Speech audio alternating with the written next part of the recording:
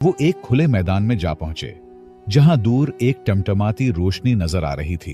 वो देखो, आग जल रही है, अहमद ने चीखते हुए कहा। तीनों दोस्त अपनी आखिरी हिम्मत जमा करके रोशनी की तरफ दौड़ पड़े। जैसे ही वो करीब पहुंचे, उन्हें एक घर नजर आया जिसके बाहर आग के शोले बड़क रहे थे। भेड़िए अब वापस जा चुके थे।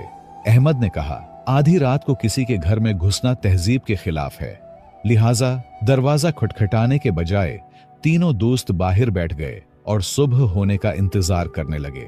सुबह की रोशनी जैसे ही फैलने लगी, दूर से अजानों की आवाजें गूंजने लगी। अंधेरे की वहशत कम होने लगी। परिंदे चहचहाकर नए दिन की आमद का ऐलान करने लगे। तीनों दोस्त अभी तक आग के करीब ही बैठे थे। तकिन और खौफ ने उन्हें बेहाल कर दिया था। उनके जिस्मों पर अभी तक खौफ का साया था, लेकिन अंधेरे की डर से आजादी मिली। इसी लम्हे घर का दरवाजा चरचराते हुए खुला। एक बूढ़ी औरत जो सफेद चादर में लपटी हुई थी, हाथ में पानी का बर्तन लिए बाहर निकली। वो मिट्टी के फर्श पर खड़ी होकर नमाज पढ़ने लगी। उसकी जबान पर दुआएं जारी थीं और उसके चेहरे पर अजब सुकून था। नमाज से फारिग होकर जैसे ही उसकी नजर तीनों नौजवानों पर पड़ी, वो हैरत में मुब्तला हो गई। कुछ लम्हे तक वो उन्हें गौर से देखती रही, फिर नरमी से बोली, बेटा, तुम कौन हो और यहां क्यों बैठे हो? बूढ़ी औरत ने उनकी हालत देखी और फिर शफकत भरी मुस्कुराहट के साथ कहा, बेटा, बाहर क्यों बैठे हो? अंदर चलो, मेरे घर में आराम करो। शायद तुम थके हुए हो और भूखे भी। बूढ़ी औरत ने तीनों दोस्तों की खूब मेहमान नवाजी की और जब उन्हें मालूम हुआ कि वो मजदूरी के लिए आए हैं, तो शफकत से बोली, बेटा, मेरी 5 गायें जंगल में खो गई हैं। अगर तुम उन्हें ढूंढ कर वापस ले आओ तो मैं तुम्हें अच्छा इनाम दूंगी। अहमद ने हिम्मत से कहा, माँ जी, हम पूरी कोशिश करेंगे कि तुम्हारी गायें ढूंढ कर लाएं। बूढ़ी औरत ने खुश होकर उनके सरों पर हाथ रखा और दुआएं देने लगी।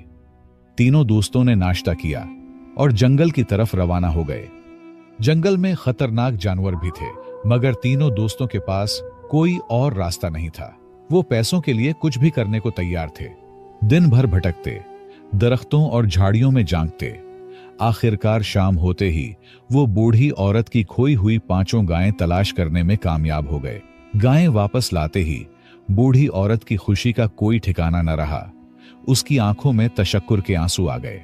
वो मोहब्बत भरे लहजे में बोली, बेटा, अभी शाम हो चुकी है। जंगल के जानवर किसी वक्त भी हमला कर सकते हैं। बेहतर होगा कि रात यहीं गुजारो और सुबह होते ही अपना इनाम लेकर जहां जाना चाहते हो चले जाना। तीनों दोस्तों ने एक दूसरे की तरफ देखा। तकन और भूख से नढाल थे, लिहाजा उन्होंने रुकने का फैसला कर लिया। सुबह होते ही तीनों दोस्तों ने सामान समेट कर जाने का फैसला किया, लेकिन अहमद के दिल में एक सवाल मचल रहा था। वो बूढ़ी औरत की तरफ देखकर बोला, माँ जी, आपका कोई रिश्तेदार नहीं। इस सुनसान जंगल में आप कैसे जिंदगी गुजारती हैं? बूढ़ी औरत मुस्कुराकर बोली, बेटा, मेरे 2 बेटे और 1 बेटी है जो शहर में ब्याह चुकी है। मेरे बेटे बहन की खबर लेने शहर गए हैं, बस उनकी वापसी का इंतजार है। फिर बूढ़ी औरत अंदर गई और एक थैली लेकर आई, जिसे अहमद के हाथ में थमाते हुए बोली, बेटा, ये तुम तीनों के लिए इनाम है। इसमें तुम्हारी सोच से ज्यादा दौलत है। हर गाय के बदले सोने की इशरफियां हैं, उसे अपने दरमियान तकसीम कर लेना। अहमद ने थैली खोली तो हैरान रह गया, मगर फौरन अदब से बोला, माँ जी, हमें पैसों की जरूरत तो है, लेकिन हम आपकी जरूरत से फायदा नहीं उठा सकते। ये आप रख लें, वैसे भी हम मजदूरी करने आए हैं, कहीं और जाकर कमा लेंगे। मगर बूढ़ी औरत ने उनकी सच्चाई